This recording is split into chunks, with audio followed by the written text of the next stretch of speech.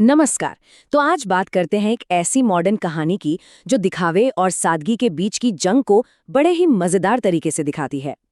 ये कहानी है पारुल की, एक शहरी नंद जो अपने ही गांव पहुंचकर अपने जड़ों को, अपने कल्चर को एकदम भूल जाती है। चलिए देखते हैं कि ये दिखावे की चमक कब तक टिकती है और कैसे फीकी पड़ती है।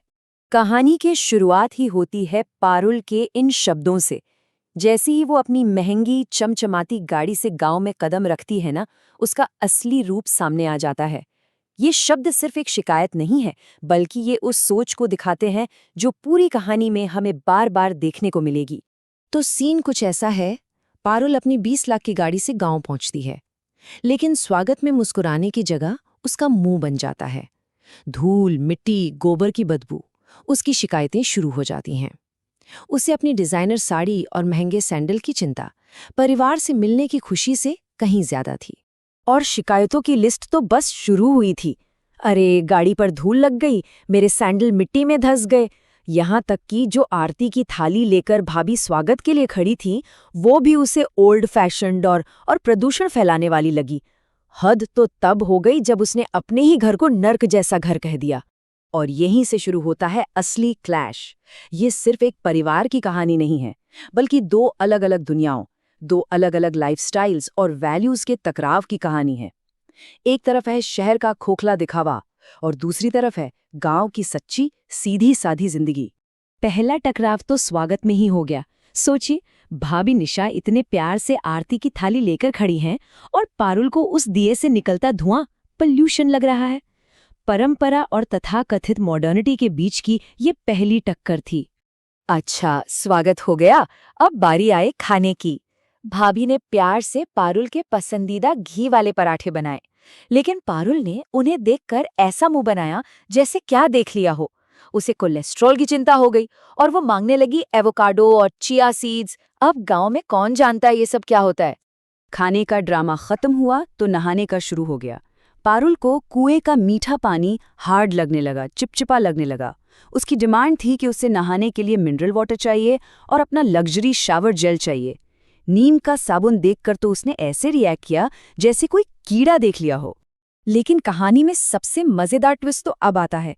पारुल को पता चलता है कि गांव में नेटवर्क ही नहीं है। वो असल में अपने सोशल मीडिया फॉलोअर्स को दिखाने के लिए रील्स बनाना चाहती थी, ये दिखाने के लिए कि देखो मैं कितनी डाउन टू अर्थ हूं। लेकिन सिग्नल ना होने से उसका सारा प्लान फ्लॉप हो गया। मतलब साफ था, गांव आना असलियत से जुड़ने का नहीं, बल्कि दिखावे का एक और मौका था। पारुल के नखरे और बेइज्जती करने का सिलसिला बढ़ता ही जा रहा था। लेकिन अब कहानी एक ऐसे मोड़ पर पहुंचती है जहां उसके शब्द बर्दाश्त की सारी हदें तोड़ देते हैं। और यही वो टर्निंग पॉइंट है जहां से सब कुछ बदलने वाला था। उसकी भाभी निशा ने सोचा, चलो शायद कुछ हल्का फुल्का खाने का मन हो, तो उन्होंने पारुल के बचपन की पसंदीदा डिश बनाई, बाजरे की खिचड़ी। ये सिर्फ खाना नहीं था, ये पारुल के बचपन की यादें थीं, उसकी अपनी जड़ों से जुड़ा एक एहसास था। लेकिन पारुल का जवाब सुनिए। वो खिचड़ी देखकर कहती है, सॉरी मैं ये नहीं खा सकती, शहर में तो ये कबूतर और कौवे खाते हैं। ये सिर्फ खाने का अपमान नहीं था, ये अपने अतीत का, अपने बचपन का और परिवार के प्यार का अपमान था। और यहीं ये बड़ा सवाल खड़ा होता है ना, कि क्या दिखावा हमारी यादों पर इतना हावी हो सकता है? क्या एक नई मॉडर्न पहचान बनाने की होड़ में कोई अपनी असलियत को इस तरह ठुकरा सकता है? बस अब भाई शुभम और भाभी निशा से और बर्दाश्त नहीं हुआ। उन्होंने फैसला किया कि अब बहुत हो गया। अब चुपचाप अपमान सहने की जगह पारुल को उसकी ही भाषा में सबक सिखाना जरूरी है। और इसके लिए उन्होंने एक जबरदस्त प्लान बनाया। प्लान बड़ा सिंपल लेकिन एकदम परफेक्ट था। नंबर 1, पारुल को वही परोसा जाएगा जो वो मांग रही है, यानी उबला हुआ सलाद और ब्लैक कॉफी। नंबर 2, उसके ठीक सामने घर का मजेदार खुशबूदार खाना बनेगा और सब लोग मजे से खाएंगे। और नंबर 3, उसके लिए एक निवाला भी नहीं छोड़ा जाएगा। तो अगले दिन सुबह नाश्ते की टेबल का सीन कुछ ऐसा था। एक तरफ पारुल की प्लेट में था बेस्वाद उबला सलाद और कड़वी ब्लैक कॉफी, और दूसरी तरफ पूरा परिवार गर्मा गर्म पराठों पर मक्खन लगाकर और मलाई वाली लस्सी के साथ मजे ले रहा था। अचार और पराठों की वो खुशबू पारुल के पेट में चूहे दौड़ा रही थी। अब दिखावा एक तरफ और पेट की आग दूसरी तरफ। पारुल की हालत खराब होने लगी थी। जिस हेल्दी लाइफस्टाइल का वो इतना ढोंग कर रही थी, अब वही उसकी सजा बन गई थी। वो छिप-छिपाकर किचन में जाती, कुछ बचा-खुचा ढूंढने, लेकिन उसे खाली बर्तनों के सिवा कुछ नहीं मिलता। और अब हम पहुंचते हैं कहानी के क्लाइमैक्स पर, जहां पारुल का ये दिखावे का महल ढहने वाला है, क्योंकि भूख बड़े से बड़े अभिमान को तोड़ देती है।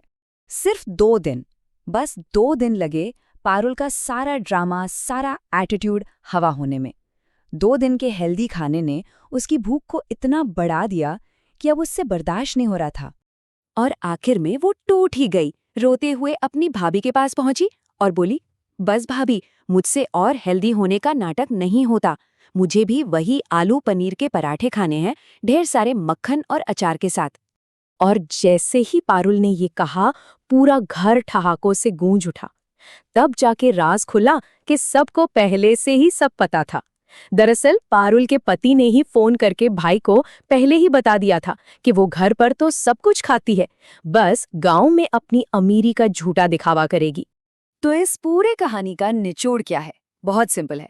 अपनी जड़ों का स्वाद, अपना देसीपन किसी भी दिखावे से कहीं ज्यादा मजेदार और सच्चा होता है। असलियत और सादगी में जो सुकून है, वो झूठे शान में कभी मिल ही नहीं सकता। और आखिर में ये कहानी एक सवाल हमारे लिए भी छोड़ जाती है कि एक मॉडर्न पहचान बनाने की इस दौड़ में कहीं हम अपनी जड़ों के उस असली स्वाद को, उन छोटी छोटी खुशियों को पीछे तो नहीं छोड़ते जा रहे हैं? सोचिएगा जरूर।